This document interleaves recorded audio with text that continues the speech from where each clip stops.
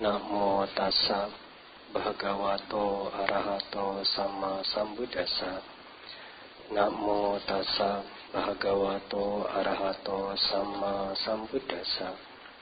Namo tassa bhagavato arahato sama sambuddhassa. Yadatang bugamecaya pandito garamawasa some ato anupato.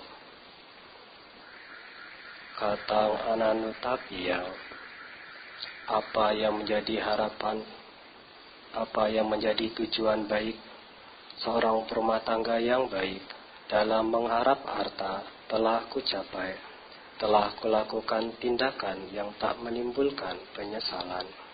Dikutip dari Adya Sutta Anguttara Nikaya kelompok 5 Sutta ke-41. Pimpinan Puja Bakti yang saya hormati, Bapak Ibu serta hadirin sekalian yang berbahagia, selamat pagi, Sotiotu Namo Buddhaya. Pada kesempatan ini ya kita kembali lagi berkumpul bersama, ya tentunya dalam melakukan kebajikan. Dengan cuaca yang cerah pada pagi hari ini diharapkan juga hati Bapak Ibu yang datang ke sini juga cerah, ya, sehingga memberikan semangat di dalam melakukan kebajikan. Bapak Ibu hadirin sekalian, pada pagi hari ini izinkan saya menyampaikan uraian dhamma berkenaan tentang menggunakan harta kekayaan secara baik dan benar. Di mana pada saat Guru Agung kita Sang Buddha berdiam di Sawati, ya, di Taman Anathapindika, pada saat itu perumah tangga Anathapindika mendatangi Sang Buddha, bersujud di hadapan Sang Buddha, kemudian duduk di satu sisi yang layak. Nah, saat itu Sang Buddha menyampaikan dhamma berkenaan bagaimana cara menggunakan harta kekayaan ini agar menuju pada kebahagiaan dan kesejahteraan. Nah, tentu secara logikanya Bapak Ibu mungkin berpikir, wah, masa sih menggunakan harta kekayaan saja tidak bisa? Nah, tapi dalam hal ini, bagaimana sih harta kekayaan ini digunakan agar pada akhirnya tidak menimbulkan penyesalan? Seringkali mungkin seseorang mengabaikan karena merasa bahwa dirinya punya harta materi, akhirnya berpoya-poya, tidak menjaga makan, tidak menjaga pola hidup, akhirnya apa? Menyesal di kemudian hari, menderita banyak penyakit.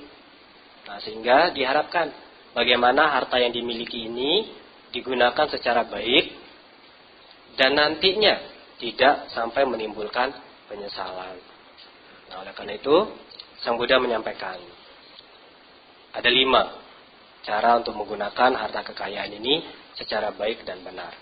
Nah, manakala seseorang ketika sudah bekerja sungguh-sungguh, ya jeripaya dari lengan sendiri, keringat sendiri, ya mengumpulkan harta secara benar, ya, dikumpulkan secara baik, ya membuat dirinya bahagia.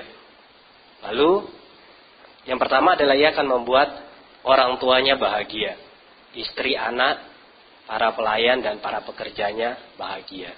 Jadi orang-orang terdekat. Nah, kenapa kok orang tua harus dibuat bahagia dengan harta kekayaan yang kita miliki?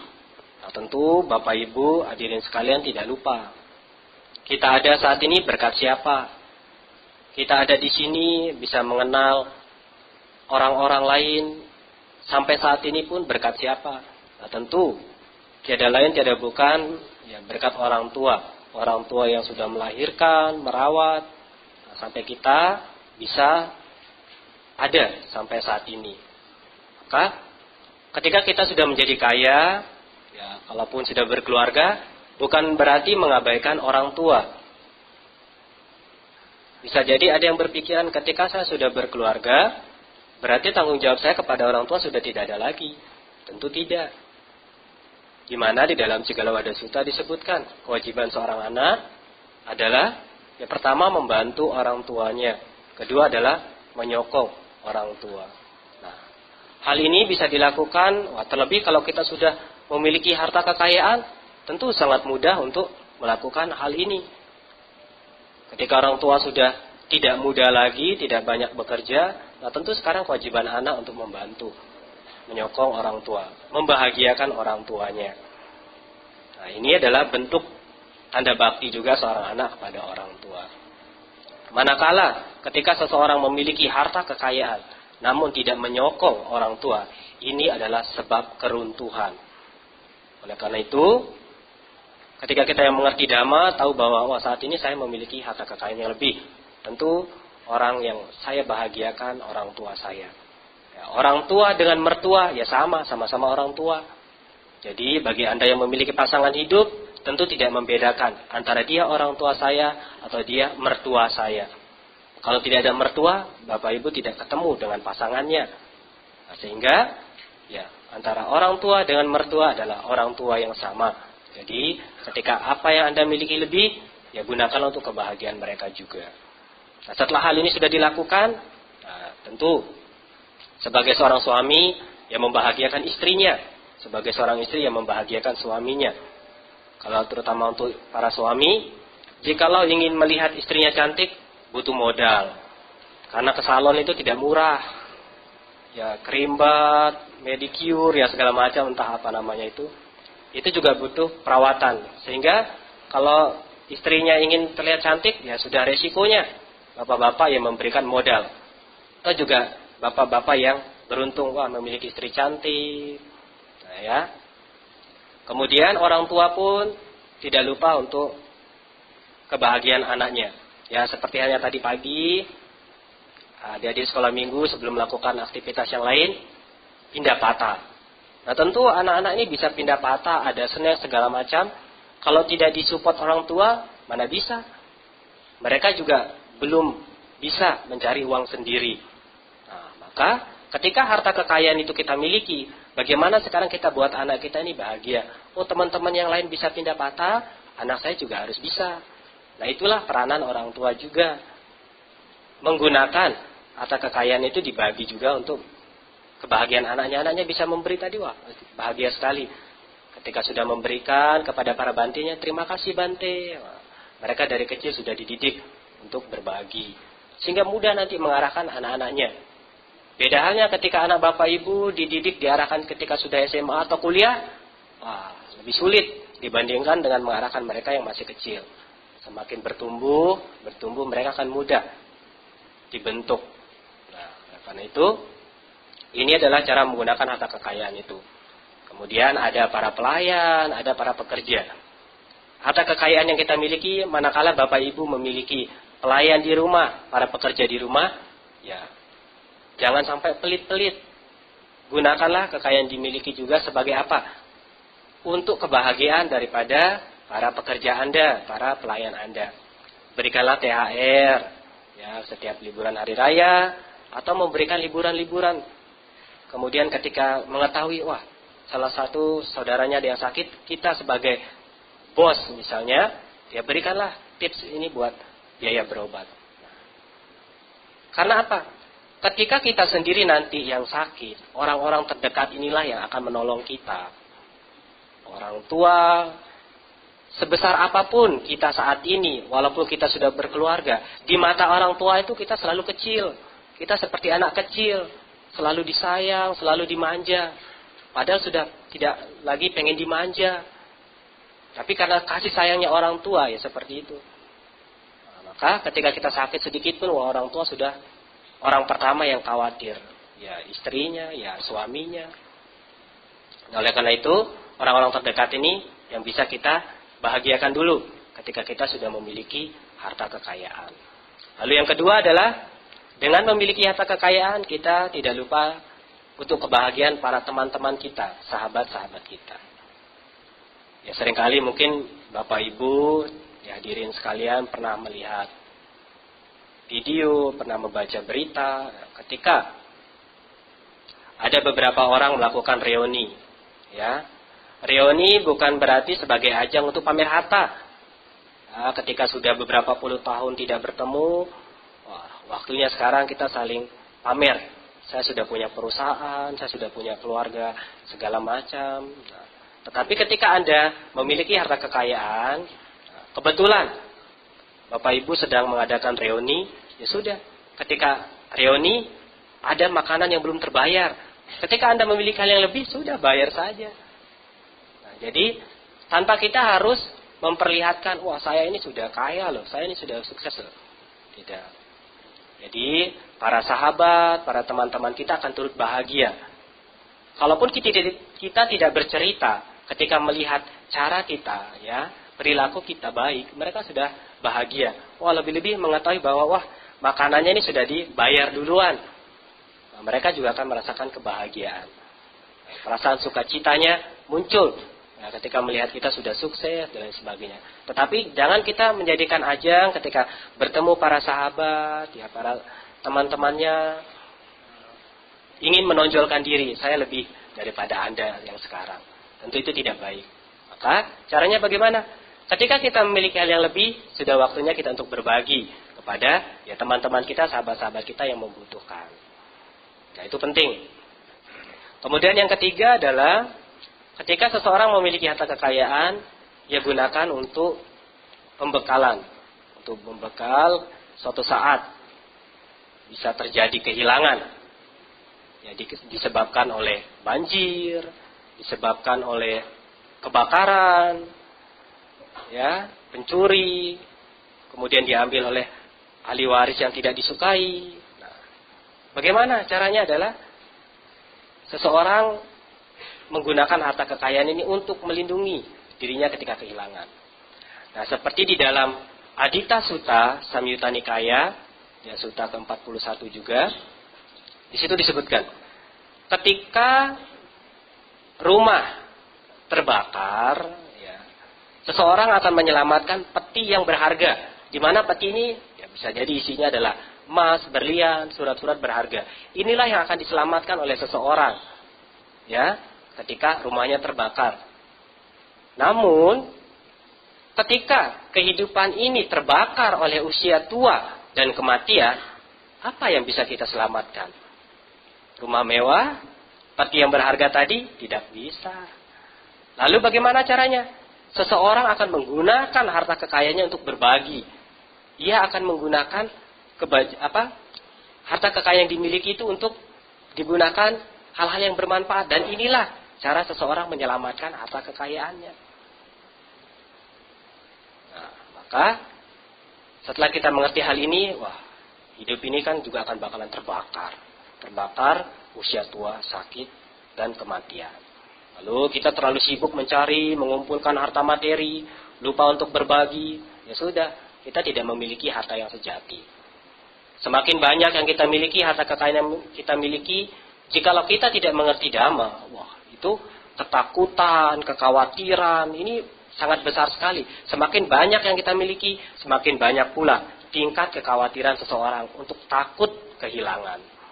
Tetapi bagi kita yang mengerti, sedikit banyak yang kita miliki saat ini, tapi di situ kita meletakkan santuti, merasa puas dengan apa yang dimiliki, di situ sudah ada kebahagiaan. Nah, dan sekarang bagaimana kita menggunakan apa yang kita miliki untuk berbagi, untuk menyelamatkan, jikalau nanti saya terjadi bencana. Ya, mungkin kita boleh saja ketika terjadi bencana, kita boleh miskin secara materi, tetapi jangan sampai miskin secara batin. Wah, ketika batinnya sudah miskin juga, wah bahaya. Sehingga apa yang baik dilihatnya tidak baik, apa yang tidak baik dilihatnya baik. Nah, ya. Dengan demikian, kita tahu setelah memiliki harta kekayaan, gunakanlah harta kekayaan ini untuk menyelamatkan diri juga. Jikalau nanti terjadi bencana, ya, harta yang sejati ini tetap kita miliki. Kemudian yang keempat adalah Ketika seseorang memiliki harta kekayaan, ia tidak lupa untuk melakukan 3 jenis pengorbanan. Nah, pengorbanan di sini bukan pengorbanan yang bersifat mengorbankan makhluk lain, ya, bahkan sampai terjadi pertumpahan darah, tidak. Pengorbanan di sini ya seperti di dalam Adiya Sutta itu, pengorbanan yang dilakukan kepada sanak keluarga, kemudian kepada para tamu, ketiga kepada para leluhur, keempat kepada para raja, kelima kepada para dewata. Nah, Bapak Ibu, ketika memiliki keluarga, datang ke rumah, tentu kita memberikan sebuah persembahan, ya, pengorbanannya persembahan yang terbaik, memberikan makanan, minuman yang terbaik.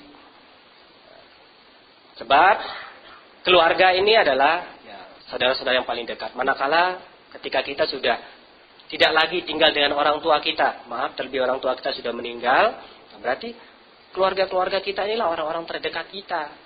Jangan sampai ketika keluarga kita main ke rumah, kita tidak mau menyuguhkan makanan, kita tidak mau menyuguhkan minuman. Tentu ketahuan sekali ya, terlebih kita sudah memiliki rumah mewah, tetapi untuk memberikan makanan minuman saja tidak bisa, ketahuan bahwa kita itu adalah orang yang pelit. Begitu juga ketika ada tamu. Nah, jadi ketika ada tamu ya sudah, kita juga memberikan makanan, minuman yang terbaik. Nah, begitu juga ketika Anda memiliki harta kekayaan yang lebih, ya, ketika mau perayaan-perayaan ciengbeng segala macam, ya, Anda bisa menggunakan harta kekayaan itu untuk apa? Persembahan kepada para leluhur, memberikan persembahan-persembahan yang banyak, ya, makanan, minuman di altar leluhur. Itu sebagai bentuk pengorbanan kepada leluhur. Kemudian kepada para raja. Nah, kalau kita di Indonesia kan sistemnya pemerintahan ya. Berarti Bapak Ibu harus bayar pajak.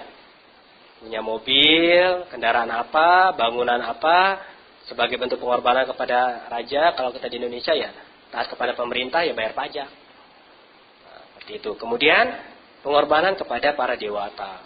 Ya, Bapak Ibu memberikan persembahan bunga, buah-buahan, di mana Bapak Ibu yakini bahwa di suatu tempat ini tempat yang sakral, Anda memberikan persembahan bunga-bungaan, buah-buahan, tentu dengan niat yang tulus, sebagai persembahan kepada para dewata. Nah, ini adalah tindakan-tindakan yang tidak menimbulkan penyesalan, jikalau Bapak Ibu menggunakan dengan pengertian yang benar. Nah, dan yang terakhir adalah harta kekayaan yang kita miliki ini kita gunakan untuk memberikan persembahan kepada para samana, kepada para petapa yang sedang berlatih mengikis loba dosa moha, demi tujuan untuk merealisasi nibbana. Manakala Bapak Ibu menyokong para samana, para biku, Bapak Ibu pun turut serta untuk melestarikan Buddha Dharma. Ya, seperti halnya kalau di Dhammacakka ini banyak para biku baru yang tinggal di sini juga. Tahun depan sudah pindah lagi. Nah, mereka sudah dipindahkan ke daerah-daerah yang lain. Selama para bante, biku-biku baru terutamanya tinggal di sini, Bapak Ibu sering berdana, makanan, mensupport mereka dalam segi kesehatan. Ketika mereka tugas ke daerah-daerah lain, itu juga turut andil daripada sokongan Bapak Ibu. Ketika ya kami menerima dana makan, kami kan terkondisi sehat, usia panjang. Begitu kami menyebarkan Buddha Dhamma di tempat-tempat yang lain, itu pun berkat adanya Bapak Ibu di sini yang memberikan support baik secara moral maupun material. Nah, ini sangat penting. Nah, sehingga kesempatan untuk berlatih pun ada. Ketika tubuh ini sehat, tentu untuk latihan pun kita lebih semangat. Tetapi ketika tubuh jasmani ini sakit, ya kita butuh istirahat. Maka Bapak Ibu ketika memiliki harta kekayaan, nah, yang terakhir memberikan persembahan kepada para samana, kepada para petapa yang sedang berlatih. Itu sangat baik. Nah, ketika 5 hal ini Bapak Ibu lakukan, maka harta kekayaan yang Bapak Ibu miliki itu sangat bermanfaat.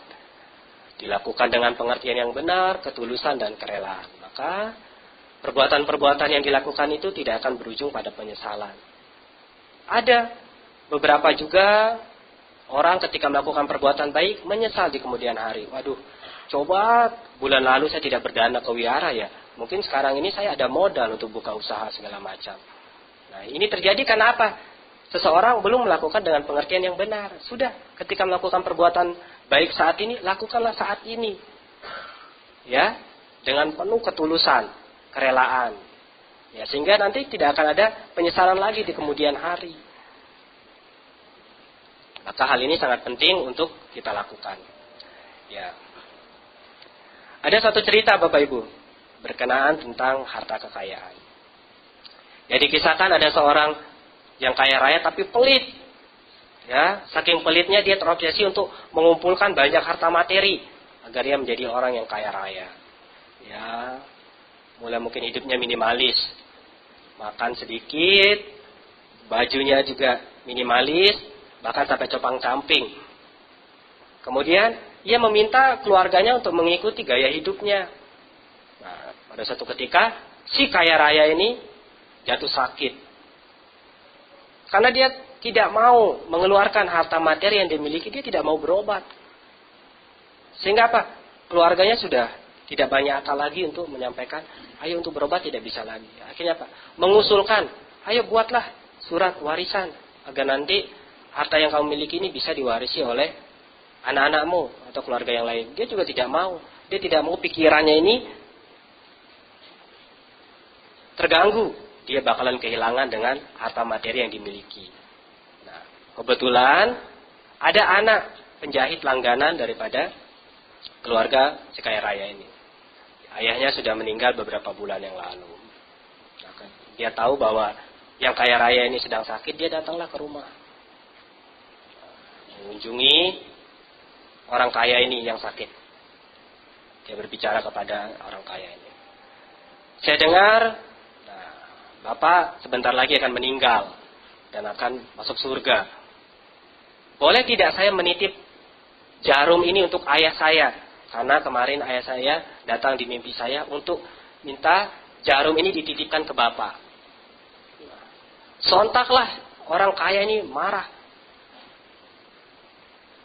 Anak bodoh, tentu saya tidak bisa membawa jarum ini. Jangankan membawa jarum, harta kekayaan yang saya miliki pun tidak bisa saya bawa.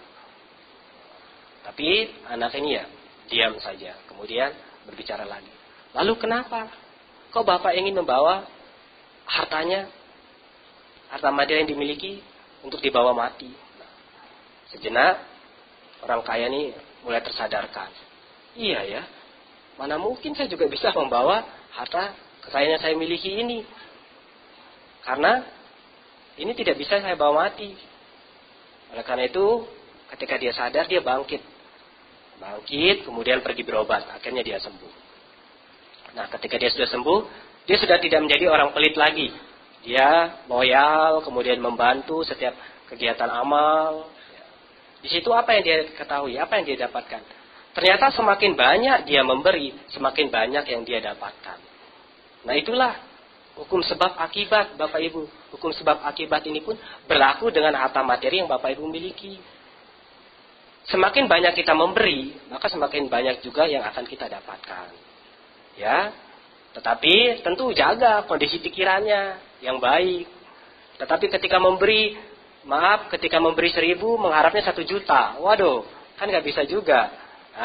Sehingga milikilah pengertian yang benar dalam melakukan perbuatan itu, sehingga tidak memunculkan penyesalan. Nah, oleh karena itu, setiap berbuat baik, ternyata kebaikan ini kembali lagi kepada orang kaya tersebut. Jadi hukum sebab akibat inilah yang perlu juga kita ketahui, bahwa harta yang kita miliki ini tidak ada artinya jikalau kita tidak gunakan untuk perbuatan-perbuatan yang baik. Ya, semakin banyak yang kita miliki tadi, kalau kita tidak mengerti dhamma, semakin banyak juga tingkat kekhawatiran kita, ketakutan kita akan kehilangan itu. Tetapi kalau kita sudah mengerti ini, kita sudah, saya menggunakan harta kekayaan, saya gunakan untuk perbuatan-perbuatan yang bermanfaat. Sehingga perasaan sukacita, bahagia itu selalu muncul di dalam diri. Maka ini sangat penting untuk kita ketahui. Jadi perbuatan-perbuatan semacam ini pun sudah banyak dilakukan oleh tokoh-tokoh besar dunia. Ya, salah satunya adalah Bill Gates. Ya, untuk saat ini sudah pensiun di Microsoft dan lebih fokus untuk kegiatan sosial, mendirikan sebuah kegiatan lembaga sosial, yaitu Bill and Melinda Gates Foundation. Terhitung pada tahun 2007 telah banyak menyumbang 28 miliar US dollar untuk kegiatan kemanusiaan. Orang kaya pun tidak takut miskin ketika berdana, ya. Jadi jangan pernah kita beranggapan bahwa harta yang kita miliki ini akan berkurang, terlebih akan habis ketika kita gunakan untuk hal-hal kebajikan. Ingat, ketika kita sudah menjadi orang baik, Bapak Ibu ya, orang-orang baik itu akan datang kepada kita. Ketika kita sudah baik kepada keluarga kita, maka keluarga-keluarga kita pun akan baik kepada kita. Tapi sebaliknya, ketika kita sudah kaya tapi tidak care dengan keluarga sendiri, ya sudah, ketika kita sakit pun mereka akan acuh. Masalahnya apa? Ya, karena masalahnya dari diri kita. Kita memiliki kelebihan namun tidak mau berbagi. Maka ketika perbuatan baik Bapak Ibu lakukan dengan pengertian yang benar, terlebih saat ini ketika kita memiliki hal yang lebih, gunakanlah harta kekayaan secara baik dan benar. Gunanya untuk apa? Untuk mengkondisikan kebahagiaan dan kesejahteraan pada kehidupan saat ini. Ya. Jadi kita tidak berpikir untuk kehidupan kebahagiaan yang akan datang. Tapi setelah kita lakukan perbuatan baik saat ini, inilah yang akan menjadi pube kata punyata, timbunan jasa kebajikan di masa lampau. Dan nantinya juga akan mengkondisikan kebahagiaan. Bapak Ibu sekarang memiliki harta kekayaan saat ini pun, itu juga dipengaruhi jasa kebajikan di masa lampau, pube kata punyata tadi. Nah, sehingga apa yang kita lakukan saat ini akan menjadi masa lalu. Oleh karena itu, ketika kita mengerti hal ini akan menjadi masa lalu, setiap waktu akan berlalu, gunakanlah kesempatan-kesempatan yang ada untuk perbuatan-perbuatan yang bermutu. Kapan? Di sini, saat ini. Gunakanlah apa yang Anda miliki untuk benar-benar melakukan perbuatan-perbuatan yang berarti. Jangan sampai berkecil hati, mungkin saya hanya bisa mampu sedikit. Tidak jadi masalah. Yang penting adalah bagaimana kita menjaga kondisi pikiran kita sebelum, sesaat dan sesudah. Ya, inilah yang akan membuat kualitas pemberian kita juga berkualitas. Oleh karena itu, apa yang menjadi tujuan kita ketika kita mengharapkan kekayaan, ketika kita mengharapkan kesejahteraan, tidak cukup hanya sekedar berdoa saja, tetapi harus dilakukan dengan tindakan. Sebab kalau Bapak Ibu hanya berdoa saja tetapi tidak dilakukan dengan tindakan, tentu tidak akan menjadi kenyataan. Jadi kesimpulannya Bapak Ibu, untuk menggunakan harta kekayaan yang kita miliki secara baik dan benar, pertama adalah gunakanlah untuk kebahagiaan orang tua kita.